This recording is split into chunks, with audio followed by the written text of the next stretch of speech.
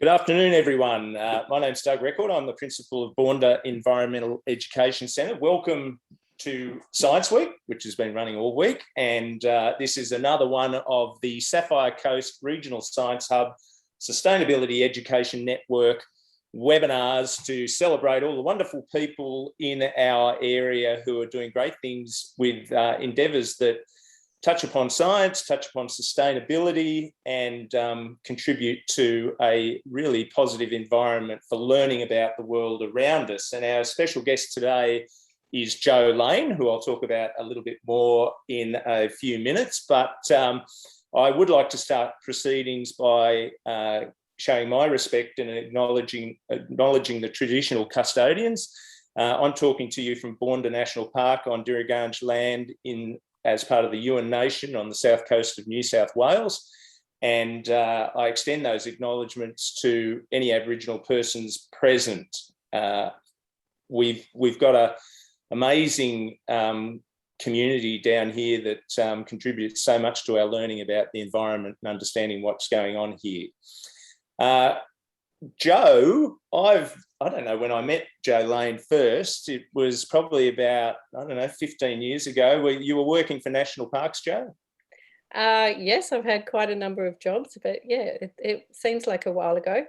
It does seem a while ago. And Jo has got her own company, Sea Health Products, which is involved in the research and development of health products for people. And I know there's another interesting link, Jo, in that I'm a participant in the iAccelerate program through the University of Wollongong. And when I was sort of searching around on the internet, you were the iAccelerate program challenge winner in their second cohort. Is that correct?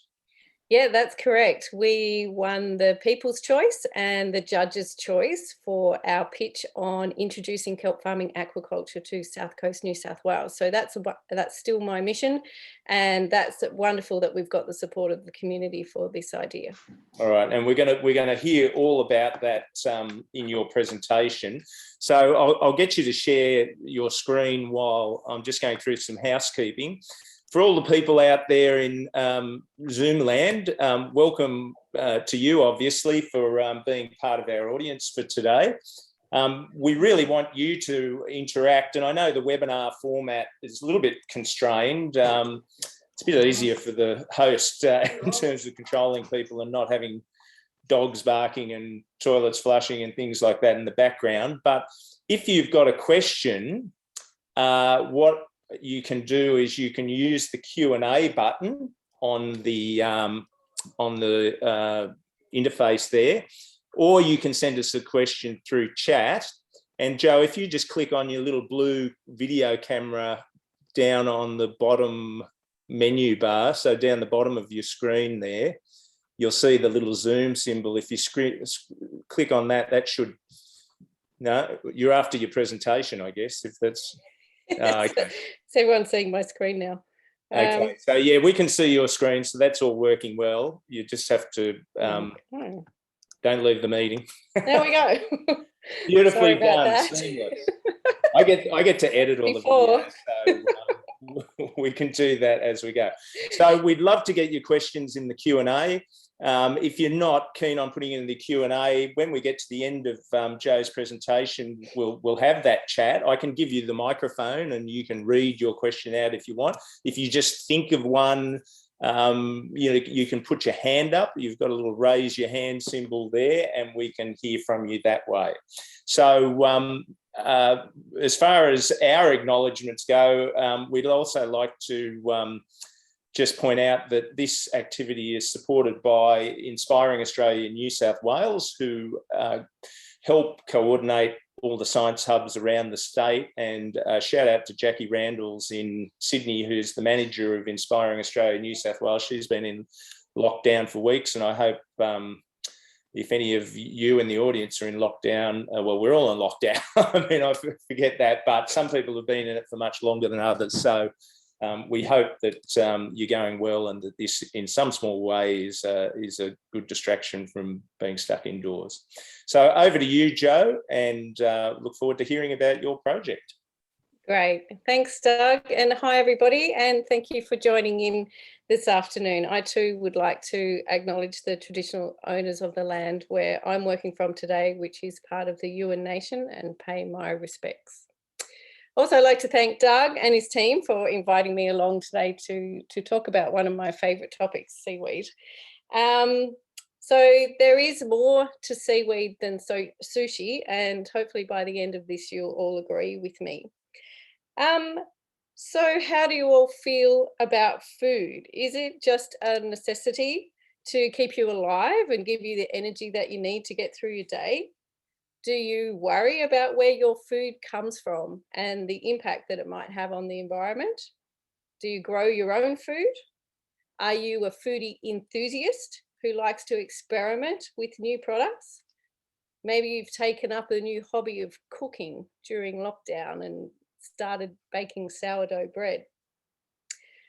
According to the CSIRO, who've done a study on emerging food trends, what we eat and the way we eat it is set to change. In about 20 years' time, so apparently, we'll be swapping our steak for crickets and maggots because of the high protein content. We'll be 3D printing some of our food. We'll be growing our leafy greens on the side of our building.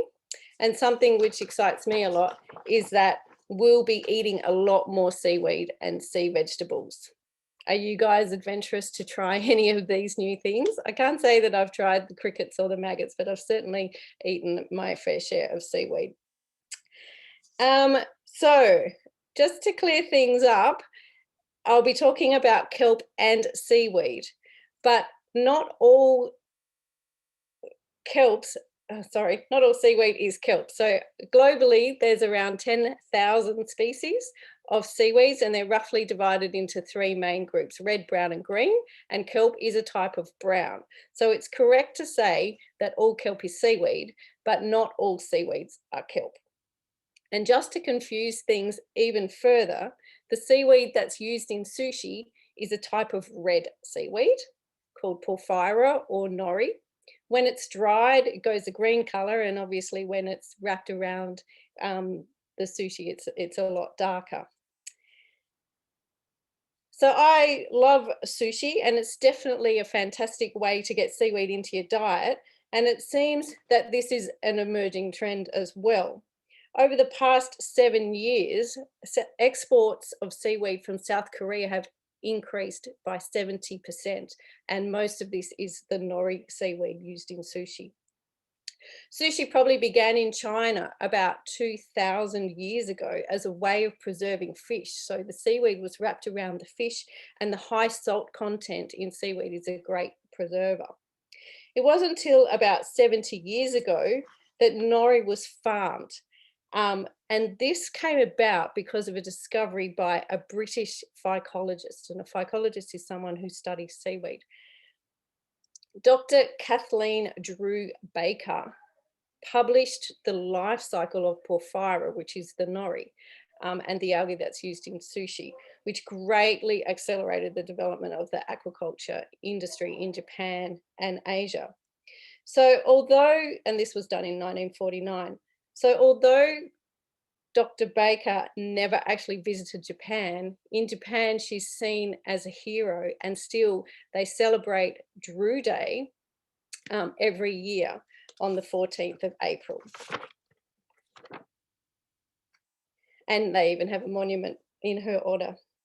So besides sushi, which is a pretty obvious way to eat seaweed, you might be surprised at how much seaweed is in everyday items.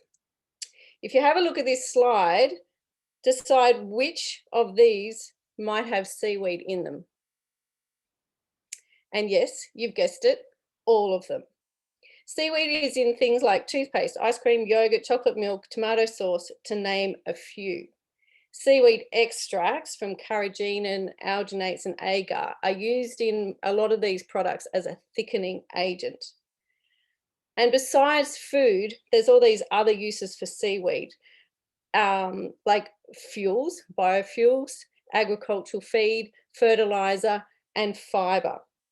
Some of you might have heard of a type of seaweed called Asparagopsis. It's a type of red seaweed that's being used to feed cattle to decrease the amount of methane that they're emitting when they burp.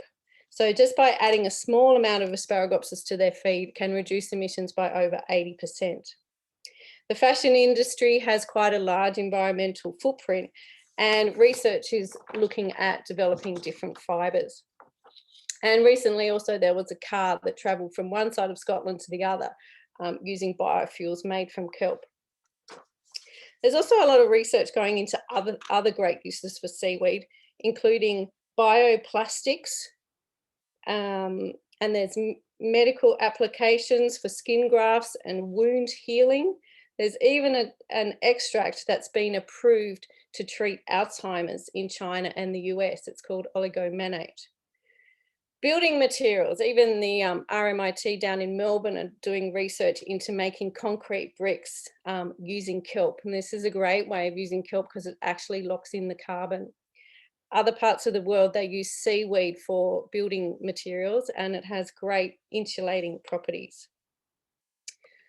It seems that in the past couple of years, there's been a new interest and a new wave, excuse the pun, of interest in seaweed and all of its uses. But seaweed and algae is far from a new thing. In fact, algae was here before land plants and probably was here about 2 or 3 billion years ago.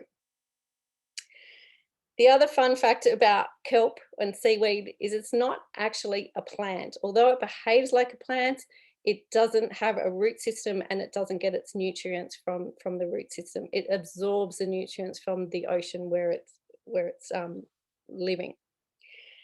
And they're not an animal either. They're in their own kingdom of algae. New genetic research has actually found, I only read this the other day and I think it's a bit quirky, that humans are more closely related to mushrooms than kelp is related to land plants. So although they behave in a similar way, they're quite genetically different. Seaweeds have been used a lot through history, and the first recorded use is from Australia. Indigenous people dried this type of kelp called bull kelp from Tasmania, sewed it together and used it as a water carrier. They also used the kelp where they soaked it, roasted it and used it for food. Seaweeds has been used for centuries in many other cultures as well, particularly in Asia. In Korea, seaweed soup using wakame is traditionally eaten for several weeks after giving birth, since it has long been believed to contain all of these nutrients that help with recovering after birth and also to increase the production of breast milk. It's referred to as birthday soup, and it's a tradition to have this soup every year on your birthday. So it's a little bit different than our birthday cake tradition. In parts of Japan, in Okinawa in particular, they have the highest rate of centurions, or people who are living to be over 100 years old. They eat a high amount of seaweed and seafood in their diet, and they have very low incidence of disease. Kelp is often referred to as a superfood, and no wonder. It has more calcium than milk, more vitamin C than orange juice, and more protein than soybeans. It's full of vitamins and minerals, and is particularly high in iodine, an element that we all need for thyroid health. It also contains lots of other minerals, magnesium, iron, zinc, potassium, just to name a few. It's anti-inflammatory, antioxidant, and one of the most nutrient-dense and sustainable foods that you can eat. It's really just taking like taking a natural multivitamin.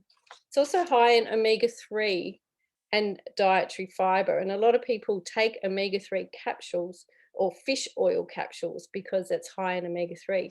Fish don't make omega-3. They get their omega-3 from the seaweeds and plants that they eat in the ocean. There is a great book that I enjoy called Eat Like a Fish, and it talks about seaweed and seaweed farming. So you too can eat like a fish, or perhaps have the opportunity to have a bit more variety than fish. There are so many ways that you can add seaweed easily into your diet.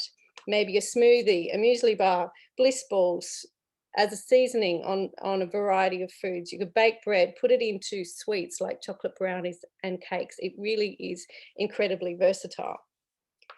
In 2019, I was really lucky to go traveling overseas and meet a whole heap of people, which I'll talk a bit more about in a moment. But I was amazed at the variety of applications for kelp. There was kelp salsa, kelp jam, pesto, tapenade, kelp cookies, sports bars, seaweed salad, kelp jerky, kelp burgers, kelp chips, kelp popcorn. And then there was the drinks, kelp tea, kombucha, kelp beer, a nice stout, and kelp gin. It really looks as though the possibilities of utilising kelp into our diet is only limited by your imagination. And in Australia, we are really just at the beginning of this journey. So just a little bit about my story. How did I become so obsessed with seaweed? Oh, that one can stay there. I was always interested in science, and after I left school, I went to uni to study science, but particularly conservation. It wasn't until I was in second year university that I got work at an aquarium in Sydney called Ocean World, which really changed the course of my study and the course of my life, really, because I continued to study marine biology. I fell in love with the ocean, all of its inhabitants, and I felt a real sense of urgency and a need to protect it. I did some further research after that into environmental studies, and then I had a whole range of jobs. I worked for national parks and I worked for fisheries. Whilst I was working for New South Wales Fisheries, I processed the permit of a company called Sea Health Products to collect marine vegetation. And I became quite interested in seaweed and in our local area. So Sea Health Products was actually started by this lady here, Betty Long, in the late 60s. She was a bit of a hippie vegetarian, apparently, in the 60s, and knew all the health benefits of seaweed. And she did a lot of research around that. She moved, her father had a property here at Glasshouse Rocks in Narooma. And when she came down and saw all this beautiful kelp washing in, she thought, why can't I eat that? So she did all this research pre-internet days and bought a big machine and started processing it for herself and her family. And the Woman's Weekly did this article on her in 1970. And that pretty much is how the business started. She got letters from all over Australia asking for some kelp. She had to take her son, Scott, out of school in order to fill all the orders. And Scott kept the business going until 2015, which is when I bought the business, and continued harvesting from local beaches and pretty much following what they had begun. So our typical day is pretty good. My office, we get up early in the morning at sunrise, go to the beach and check for kelp that is just washing in on the tide. We have a fisheries permit to collect it between the tides. We take it back, we wash it, dry it on racks and mill it or process it into a variety of products. So once I bought the business, I became even more obsessed with seaweed and started Googling and researching all these different things that you could do with it. And I realized that I couldn't physically collect enough seaweed for all these things that I wanted to do. So I thought, I also, after Googling, I realized that the best thing in order to get more seaweed is to farm it, which is what was happening everywhere in Asia, Europe and America. And I was flabbergasted to find that there are actually no ocean-based kelp farms in Australia. So this became my new mission to do something about it. I applied for a Churchill Fellowship and was fortunate to travel to Korea, Ireland, Scotland, Norway, Faroe Islands, US and Canada to meet with kelp farmers, scientists, and just a heap of really cool seaweed people. We started in Korea at an international seaweed symposium, which, believe it or not, there is such a thing. And around 800 people from around the world gathered to talk about seaweed for a week. So I was in heaven. We visited a place called Wando in Jeju, South Korea, which is the largest seaweed farming area in the world. And I was amazed at the expanse of this. In Ireland, I was able to bathe in a seaweed bath, which is very popular and has an incredible amount of health benefits. I'd never really heard of the Faroe Islands, but the largest seaweed farm in Europe is there. So we visited there and were able to see their operations, and that was quite a unique experience. It was, they're quite high up in latitude, and it was May, so the sun never really went down. So that was my first experience at that. Then we went off to America and were able to meet some of my idols, Professor Charlie Yarish, who spent his whole lifetime dedicated to understanding breeding techniques around kelp and really introduced kelp farming to the east coast of the USA. We also visited Canada, another legend called Dr. Louis Druhl, who worked on kelp in the 80s and looked at the use of kelp in biofuels.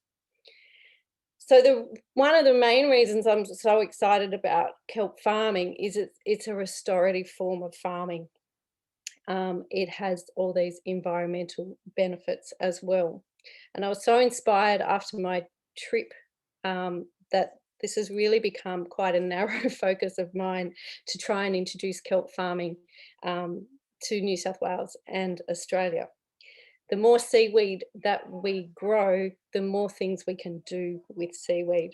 So since we've returned, we've built a laboratory on our property at Tilba. We've gone to Tasmania and we visited this lady here, Margie, who did her PhD on Econia. And we have worked out with the researchers how to breed Econia radiata, which is golden kelp. So in the Northern Hemisphere, this has been going for quite a long time, but one of the challenges in Australia is that we don't fully understand our unique species and the breeding cycles around that. So it's actually taken us more than 4 years to get to this stage of this beautiful little Sporophyte here on my screen. Which is, yeah, we're still excited about that. So how does kelp farming work? What we need to do is you go at certain times when the kelp is fertile, you get the fertile tissue and take it back to the lab and get it to release zoospores. The zoospores turn into male and female gametophytes, and then they fertilize and become these, like this sporophyte is a baby kelp, and you can also see the beginnings of the holdfast in that picture there.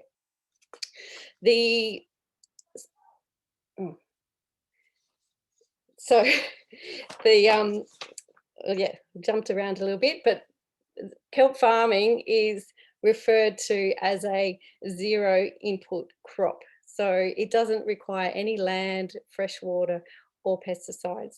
And you can create a very sustainable and versatile resource.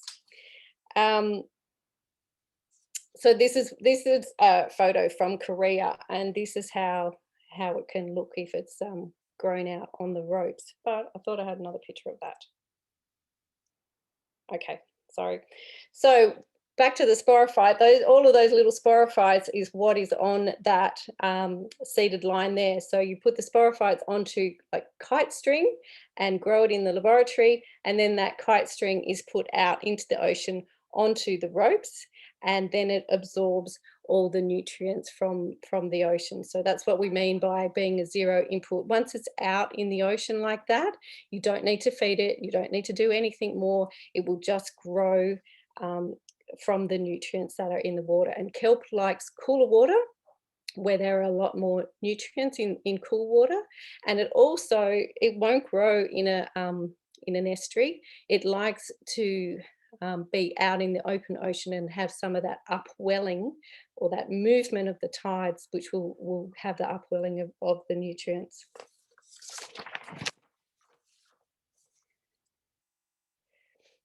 So it's a very exciting time for seaweed globally and in Australia. There's so many benefits to it. It's renewable, it absorbs carbon dioxide, it grows very quickly, produces oxygen, and is a hopeful solution in our battle with climate change. Kelp is also a big part of the Great Southern Reef, and it's an important habitat building species. So much like rainforest on land, provides the basis of a thriving ecosystem. Overfishing, climate change are actually causing a decline in our kelp forest. And sadly, in Tasmania in 2014, they lost over 90% of the giant kelp down there after they sustained a 1 degree temperature rise in the ocean temperature. So ongoing research into seaweed science, breeding techniques will help us to understand the genetics further and allow us to protect these ecosystems and also allow us to restore them. So as our population increases up to around 10 billion people, we have to rethink our food supply systems, and ocean farming is a way that will help this. We need to look at alternative protein sources like maggots and seaweed, and need to rethink our ways of feeding our population and looking after the environment at the same time. Our food production system in Australia utilises 59% of our land, or over 450 million hectares, and uses an incredible amount of water as well, which has had impacts on our soil health and salinity problems. So there's a lot of excitement globally and in Australia around climate, what we can call it climate farming or ocean farming. The uses of seaweed do seem to be never ending. It's almost whatever you can think of. It can be an environmental solution of building materials, clothing, fuel, renewable energy, carbon capture, bioplastics. But by now, your heads are probably spinning with all of this information that I've given you. So I'm just going to get you to breathe in and breathe out and breathe in and say, thank you, seaweed, because every second breath that you take is oxygen that is produced from our oceans.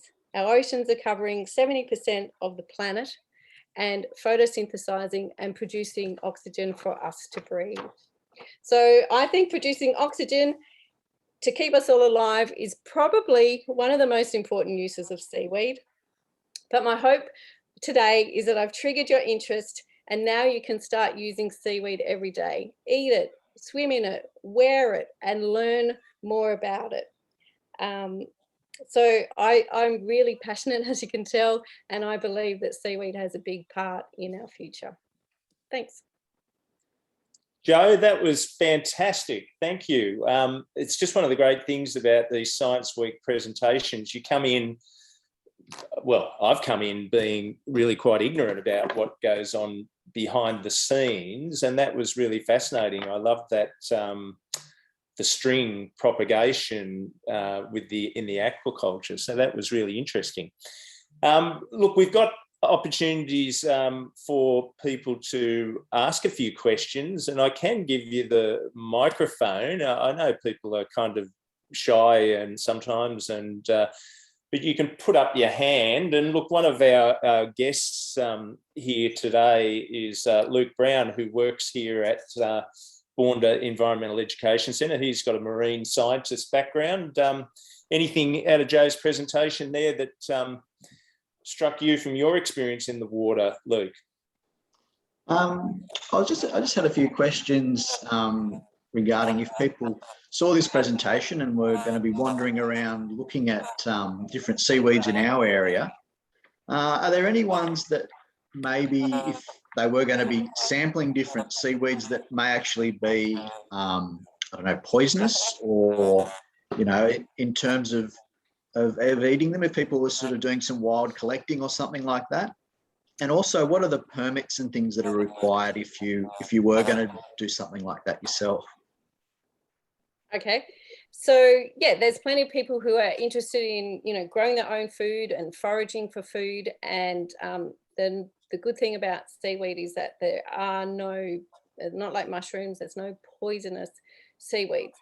It's more, in saying that though, you do need to be careful about where you collect from, and you need to ensure that it's from a clean source.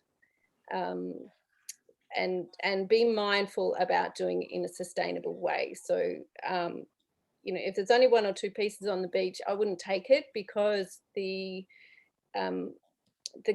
kelp actually, you know, provides important nutrients for the beach habitat as well. So, you know, be mindful about where you're collecting and how much you're collecting. But certainly I would encourage people to try the different types, you know, the reds, the browns, the greens. They have different tastes, they have different health profiles as well. And as far as permitting, you're not allowed to cut anything, so you need to get it, you know, that's why we get up early in the morning to get it as it's rolling in. You need to get it fresh. But you are allowed to collect, in New South Wales, you're allowed to collect 20 kilos per person. Okay. Actually, that leads me to think, who regulates the seaweed, you know, in terms of permits and stuff? Is that Department of Primary Industry and Environment? Or? Yeah, it's DPI Fisheries.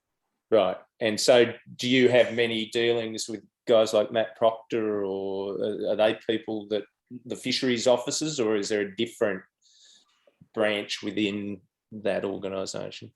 The permitting requirement, the permitting applications go through Port Stephens, but as a requirement is that we need to tell them where we're harvesting and how much we've harvested. So we let them know, we let the local fisheries officers know where we're going to be, or where we've collected from.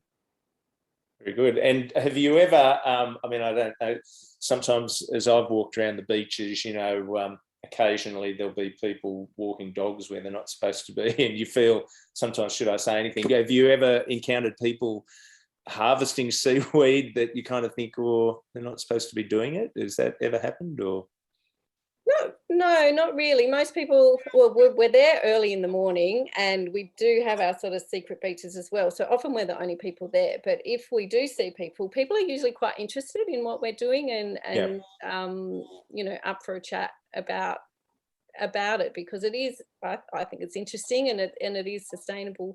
No, I can't say that I've really over 6 years had any negative feedback from what we're doing. Most people are curious and interested. Yeah, and look, I only say that in terms of like any resource, you know, management issues do come into play. And I know, for example, you know, rock platforms in Sydney can be, you know, monstered by people collecting things that, you know, you get that population pressure, and organisms in an ecosystem could be affected. But I guess we're fortunate down here in that there's not a substantial pressure on any resource, and that's, I guess, part of your industry's brief, I guess, to make sure that the resource is looked after. Yeah, and that's a reason why I'm really interested in getting kelp farming, aquaculture, getting an industry happening. Like I don't want to be the only one farming. I think it's worthwhile to get an industry happening because of the benefits. So, you know, we can do all these amazing things with seaweed, but by growing seaweed, we are also having a benefit to the environment. And, you know, like you say, there will be pressure. At the moment, you know, there's not a lot of people down here harvesting. So it's fine, but and I'm sure fisheries will manage that so it remains sustainable.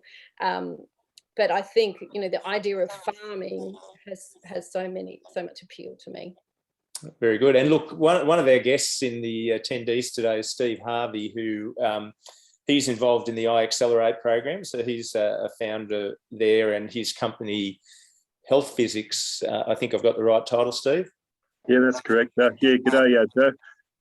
And Steve and I were just exchanging some emails about plastics, and Steve's interested in recycled plastics and so forth. And I just thought, any stuff on bioplastics from kelp that you've come across, or? Yeah, so I'd like to work with scientists, and at UTS in Sydney, they are looking at extracts. It's with a red seaweed, I believe. But yeah, there's certainly stuff happening in New South Wales around extracts. It's new and it's possible, but the problem with these the challenge is getting it to scale and getting it to be cost effective, so that it will replace the fossil fuel plastics. Yeah. Is that something, Steve, that you've, in your research, have encountered anything on?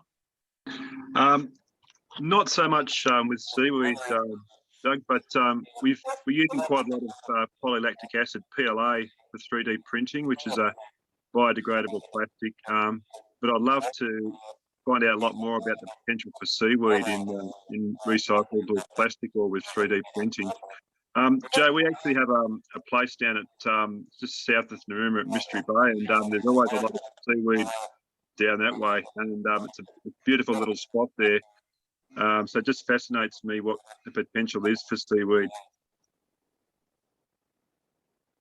Yeah, it's huge. It really is huge, and just globally, the increase in exports or production, of seaweed is just hockey sticking. It's just increasing dramatically as we are realizing all these things that we can do with it. So I mean, there's bioactives, there's bio extracts, there's the pharmaceutical, nutraceutical industry as well. So there's all these new molecules and things that we haven't yet fully discovered. I mean, Australia has 3,000 species, and we have probably researched not even 10.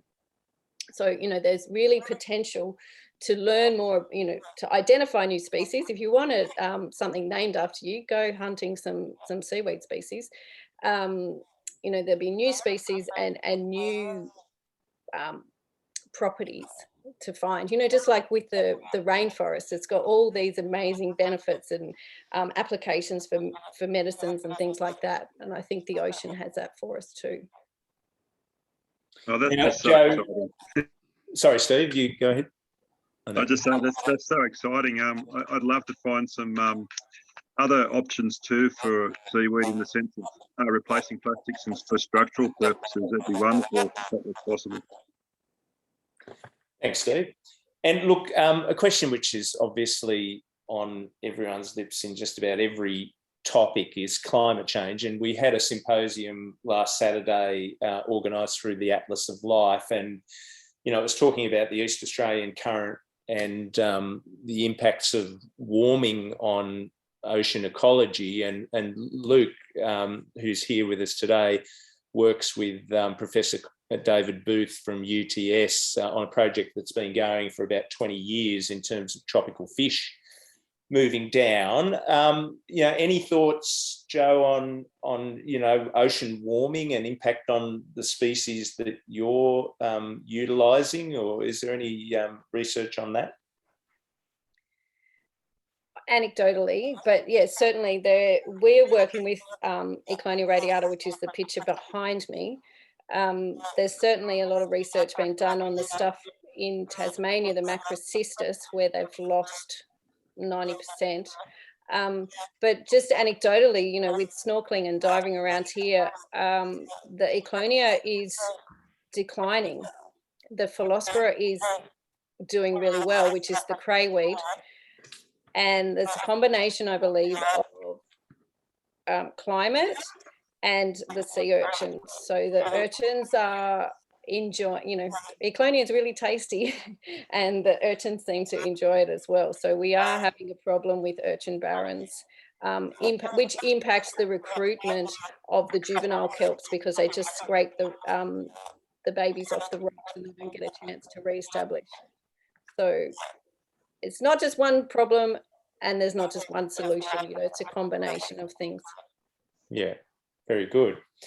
Well, Joe, that has been a marvellous introduction, I think, for all of us into the topic. Now, you're happy, of course, for us to share Sea Health products information through the follow-up email to participants. Yes. And if anyone else that was here today enjoyed the presentation and you want to highlight to friends that they can go to the webpage for the Science Festival, and I'll just bring that up here. I found a couple of things while you were talking, Joe, and I put them in the chat.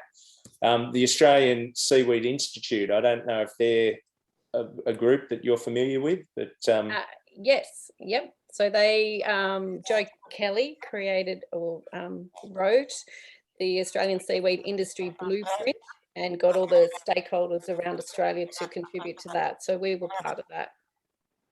So on the Science Festival page, which is on the Bourda website, so if you just Google Bourda EEC and there's the Science Festival link there, the Atlas events have all come to an end. Unfortunately, they had a bio blitz at Toowoomba Cemetery in a really interesting program, Life in Our Cemeteries, but it had to be cancelled because of COVID. And last night, you might have heard on ABC Radio, Joe was on this morning, but we also had David Howard from Clean Energy for Eternity talking about home solar battery systems, which is was very interesting. And we've got Joe's talk there. And tonight at 5:30, Dr. David Nichols, an astronomer who works at Mount Stromlo Observatory. He lives down here at Tura, but does research, and he's agreed to do a little talk on the August night sky. So if you're into that sort of thing, come along. You can just click on the link there and register for that. And look, I know if you're interested in kelp, that you'll be interested in a presentation on Sunday morning at 11 o'clock. Wally and Minka explore Tathra Wharf's biodiversity. Wally is our submersible ROV here at Bourda, which is a remotely operated vehicle or submarine with a tether on it that children can control with remote controls. They love that. And Minka is the Bega High School captain, and she was the winner of the Bourda EEC Future Leaders Environment Award.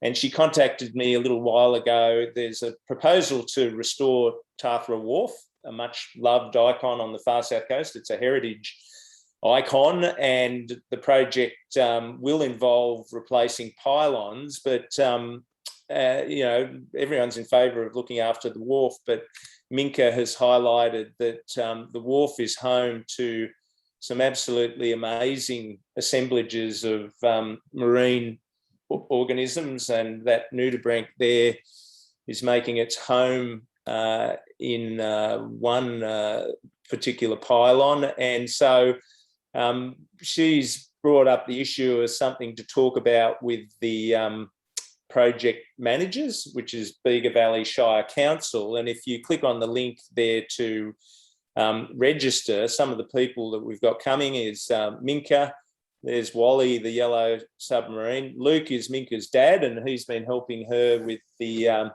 photography. The Tathra biodiversity is represented. I think Minka and Luke are their spokespersons, but and the wharf is a player in this discussion as well, because it's a much valued heritage structure. And David Buckley, who's the project manager from Bega Valley Shire Council, has kindly agreed to come along. So it's going to be a really good discussion about how we can look after our heritage, and then what we can do to, you know, protect the marine habitat that's there. And look, Luke Brown here, who is, you know, part of our staff here, he got in contact with David Booth, the professor from UTS. But Luke, did you just want to mention what David's comments were about the wharf and Tathra? Yeah, sure. Well, it's just a, I guess if this work is going to go ahead and the pylons are going to be removed, I don't know whether there's a bit of feedback there or sounds a bit strange. But yeah, the idea was to maybe set up a monitoring project to look at after the pylons are removed and the new ones put back in, to look at some different sort of structures.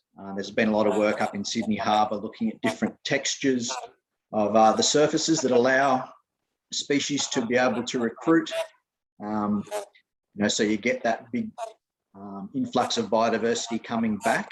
So it'd be really interesting to see if we could monitor what's there at the moment, and then see how things recruit back onto the new pylons, especially if there's some different sort of designs that allow for those different species to recolonise really well and create new habitat.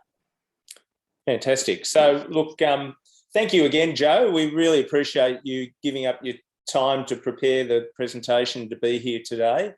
And for those people who are participants, you should get a link to an evaluation, and we'd really appreciate it if you could fill out that evaluation. It helps with getting funding for Science Week if people see that you as community members are enjoying the science activities that the Hub is putting on. So thanks to everyone for being here. And I have a red button here that says end. It always seems just a little bit rude, you know, that I should wait for people to leave, but I think everyone's kind of familiar with that now.